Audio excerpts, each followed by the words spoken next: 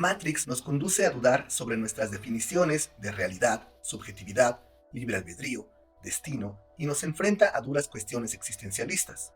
Rescata las ideas de grandes pensadores como Platón, Descartes y Kant que meditaron respecto a la posibilidad, los alcances y las limitaciones de aquello a lo que llamamos conocimiento, por medio del cual intentamos explicar la realidad. ¿Cómo conoce el hombre al mundo y al universo dentro y fuera de él? ¿Qué procesos mentales hay detrás del aprendizaje? ¿Cómo se valida, preserva, transmite y perfecciona su base de conocimientos? ¿Por qué confías en lo que confías?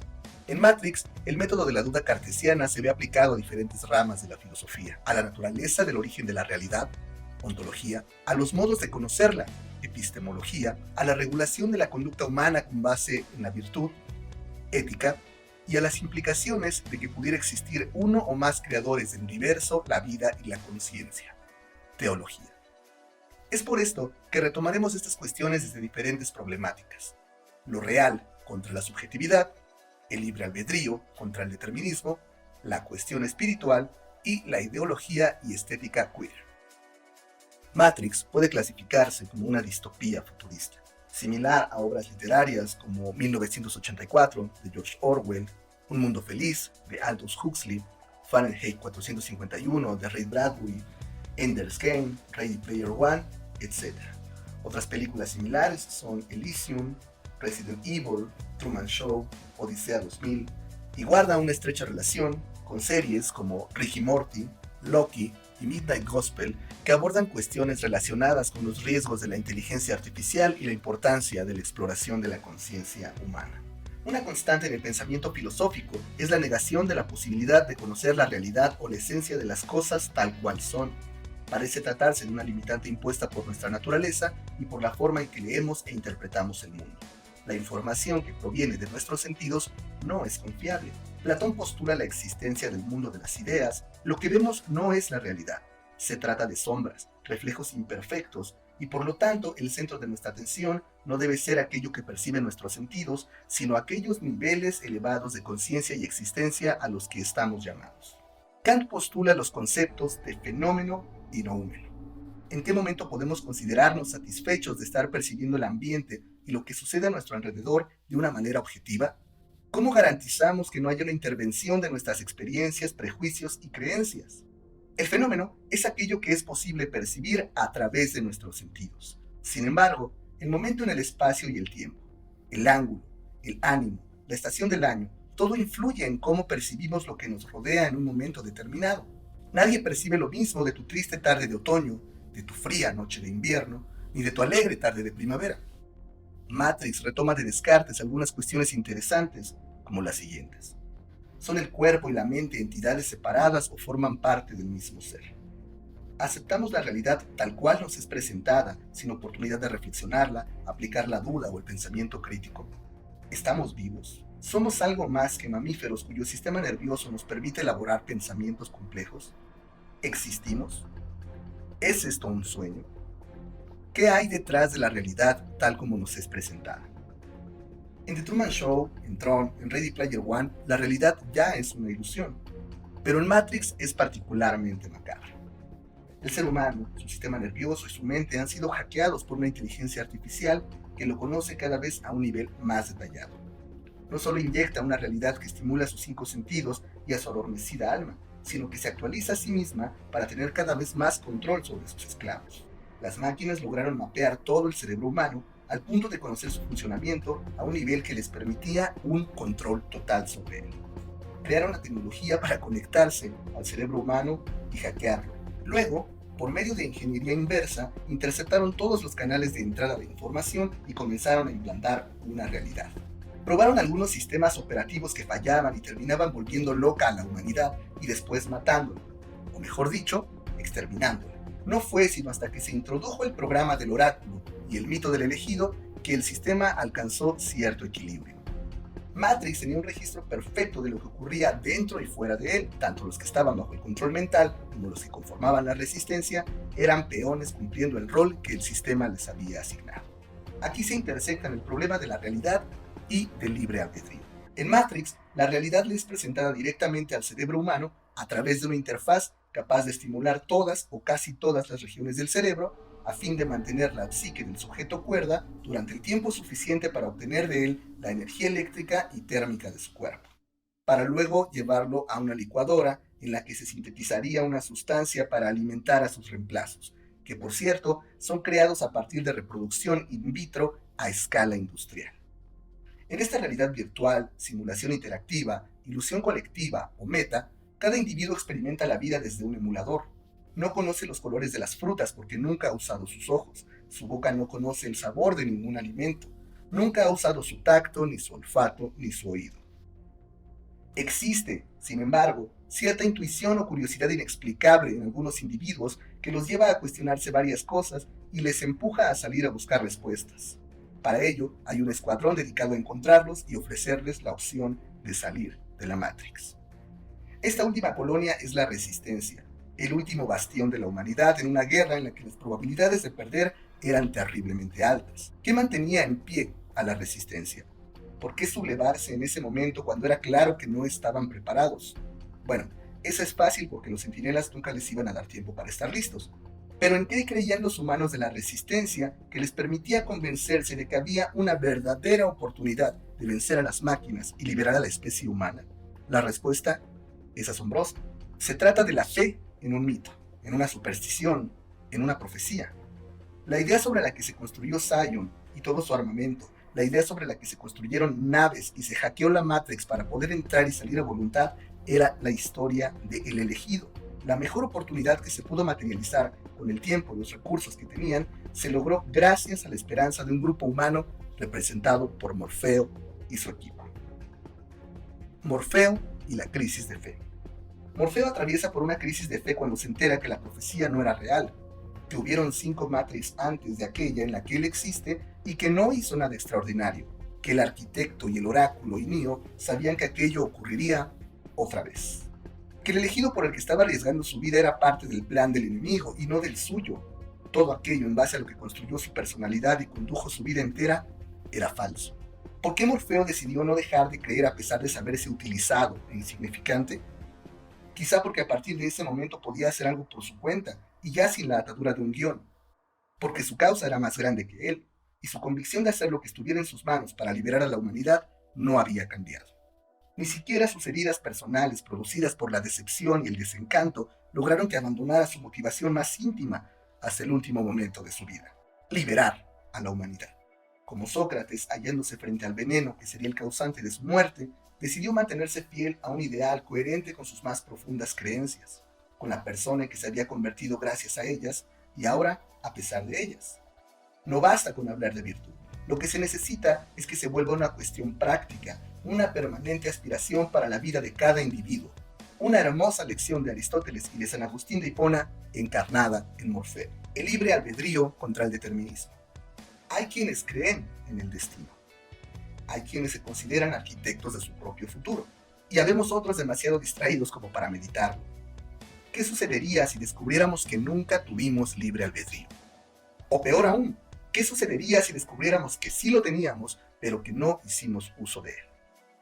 En Matrix, la libertad subyace y deviene falaz, permanece oculta y nos da la impresión de estar aunque no está, por lo menos hasta el momento en el que Neo llega con el arquitecto y se niega, por primera vez en la historia de Matrix, a cumplir con la función para la que se le había permitido existir. El elegido es una anomalía, pero es previsible. Prácticamente es una enfermedad que ya saben cómo curar y su presencia más que necesaria es benéfica. Algo interesante había en esta versión de la Matrix porque sucedió otra anomalía para la que el sistema no estaba preparado. El guardián, firewall, antivirus o programa corrección de errores se había vuelto loco al encontrarse ante el dilema del existencialismo. Ante el absurdo, una vida sin sentido ni propósito en un mundo que no lo necesitaba, que lo desechaba y lo consideraba obsoleto. Un programa de computadora capaz de sentir rabia y miedo y hambre de poder y de venganza, capaz de infectar y destruir todo el sistema, capaz de destruir a la Matrix que lo había creado. Bueno, el tipo fue capaz de salir de la Matrix instalado en un cuerpo humano, como en Ultron o en Rick y Morty. Las excepciones de Morfeo experimentando una revelación que ninguno de sus antecesores había tenido, Neo rechazando cumplir con la tarea para la que había sido destinado, y el agente Smith apoderándose de la Matrix, obligan a una negociación entre Neo y una interfaz llamada Deus Ex Machina, quien reconoce que necesita la ayuda del hombre que había quedado ciego durante el enfrentamiento con el agente Smith que se había apoderado del cuerpo, que el traidor de Cypher, que había vendido a la Resistencia revelando información sobre los movimientos de Morfeo y su equipo en la primera entrega, a cambio de la ignorancia. A cambio de poder elegir de nuevo entre la pastilla roja y la azul y esta vez elegir la ilusión, pues la realidad no era lo suficientemente cómoda para él. El oráculo le dijo a Morfeo que sería él quien encontraría al elegido. A Trinity le dijo que se enamoraría del elegido, mientras que a Neo le dijo que él no era el elegido y que ojalá tuviera más suerte para la próxima. La mujer sabía cosas, pero lo que nosotros no sabíamos es que definitivamente no era humana. Ella había visto varios apocalipsis de Matrix y la mayor parte de las veces sabía lo que iba a suceder, excepto al final de la tercera parte de la saga, donde queda claro que los programas de inteligencia artificial habían llegado a tal punto de sofisticación que podían permitirse sentir emociones humanas y tomar decisiones que no estuvieran basadas en las matemáticas, la lógica y todas esas cosas exactas. El oráculo es un programa introducido por el arquitecto cuya función era desequilibrar las variables que en las primeras versiones de Matrix habían sido más precisas y perfectas y por lo tanto inaceptables para la imperfecta mente humana. Se trata de un programa que, de hecho, parece obrar con cierta independencia dentro del sistema y de manera fascinante confiesa al final que en esta ocasión no sabía qué era lo que iba a pasar. Neo y su equipo habían encontrado una falla en el sistema que por primera vez permitía la existencia del libre albedrío. Albert Camus retoma de la filosofía clásica las cuestiones de la mortalidad del hombre y al mismo tiempo la del sentido de la vida. Antes de preguntarnos por la naturaleza de la realidad, de nuestra capacidad para conocerla y de la mejor manera de conducirnos en ella, debemos decirnos a nosotros mismos si hay razones suficientes para que valga la pena vivirla o no. Casi todos los días elegimos no suicidarnos o hacerlo lentamente. ¿Qué tan seguido elegimos hacernos conscientes de nuestra mortalidad y de nuestra capacidad u oportunidad de tomar decisiones que influyen en el rumbo de nuestra vida y la de los demás? ¿Cómo reacciona el hombre al cuestionarse si vale la pena vivir la vida o no? Quizá con angustia, con amargura, con resentimiento, de una manera nihilista incluso si en el proceso le hace daño a los demás, con valor y la firme convicción de hallar un propósito, o con el suicidio. El existencialismo de Sartre, Schopenhauer y Camus y las reflexiones sobre el sentido de la vida de Émile Cioran están presentes en todos los humanos que aparecen en la historia. Lo interesante es cómo enfrentan la noticia de una vida desoladora y casi por completo vacía de significado, que además depende de un milagro para continuar. Como ejemplos, contamos con la negación y el autoengaño que son representados en Cypher, o con la determinación y persistencia de la resistencia en Zion, representada por Neo y Morfeo, y que constituye una oportunidad para que la raza humana recupere su libertad. La relación entre Matrix y algunas escuelas espirituales también es clara. En primer lugar, se relaciona con Platón y el mundo de las ideas. Nuestra atención no debería dirigirse a este mundo como si fuera lo más real ni lo más importante. Es en las dimensiones superiores de conciencia y existencia en las que deberíamos fijar nuestras metas evolutivas. En segundo lugar, tenemos el concepto hindú de un velo que ha sido impuesto ante nosotros y que nos impide ver con claridad más allá de nuestra subjetividad, y que nos impide extender nuestro pensamiento hasta límites que pocos hombres han experimentado. Se trata del velo de Maya. En otras versiones, este velo es colocado por un genio maligno o por un asiago de Miurgo, una simulación por computadora, la policía del pensamiento de un gobierno corrupto, un sistema económico, etc. Todos coinciden, sin embargo, en representar un obstáculo para el conocimiento del hombre respecto a sí mismo, a la naturaleza y al mundo espiritual. Guarda similitud con la iluminación o el nirvana de los budistas y la tarea de los bodhisattvas de alcanzar cierto desarrollo mental y espiritual y así contribuir a la liberación de más y más personas. Se trata de cruzar un límite que no es fácil de alcanzar porque requiere de compromiso, disciplina y mucho amor. También porque una vez frente a esta situación, no hay vuelta atrás. Neo y el superhombre de Nietzsche. Neo sabe que el dios o el mito sobre el que se había construido su existencia es artificial. Podría decirse que está muerto. Y todo el tiempo que pasó sabiendo que él era el elegido, estuvo advertido de que debería tomar decisiones muy importantes para la supervivencia de la especie humana. La motivación de Neo era su amor por la humanidad, pero no estaba dispuesto a renunciar al propósito de su vida que continuaba siendo real a pesar de todo, su relación con Trinity. Si la perdía a ella, podría perder el ánimo para salvar a la humanidad. Apostó a que podía salvarlos a ambos. Fue en contra de lo que Morfeo, la Resistencia y el arquitecto esperaban de él. Fue más allá del bien y el mal. En un momento en que la realidad se desmoronaba, creó cimientos nuevos, valores originales basados en una decisión consciente en la que se apostaba su propia vida, y eso era más aceptable que apostar la de la persona que amaba. Venció al agente Smith permitiendo que éste lo asimilara y ofreciéndole la oportunidad a la Matrix de eliminarlo. Neo enfrenta la verdad que le es presentada de una manera muy valiente. Rechaza el destino impuesto por su creador, atraviesa el limbo, pierde la vista, salva a la Matrix destruyendo a su programa más peligroso, salva a Trinity, cumple el milagro que esperaban Morfeo y la Resistencia y sorprende agradablemente al Oráculo. ¿Qué sigue? Al final, el arquitecto y el Oráculo, una metáfora del padre y la madre de la Matrix, reconocen que la fase experimental no ha concluido, que hay excepciones que el programa debe aprender a controlar. ¿Encuentran a los humanos interesantes? ¿Consideran esta versión de Matrix como algo importante o como un evento fuera de lo común y punto? ¿Habrá una nueva actualización de la Matrix con mayores facilidades para que escapen los humanos o será más perfecta por todo lo que la inteligencia artificial ha aprendido y los tendrá mejor controlados?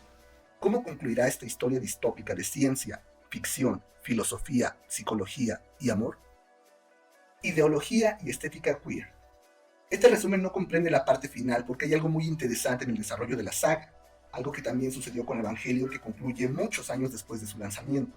Quienes están detrás presentan un crecimiento, una maduración y muchos cambios en la manera de ver el mundo y de contar historias, no solo a nivel narrativo, también a nivel filosófico o hasta ideológico. La estética queer.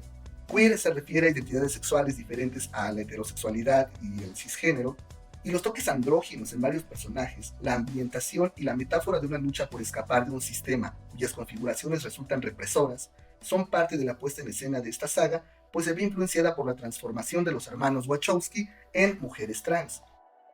¿Es todo Matrix una alegoría trans? Según sus creadoras, sí. Y también es una obra original, inteligente, producto de la imaginación de directoras que han demostrado en cada uno de sus proyectos un enorme talento, responsabilidad y respeto por el arte.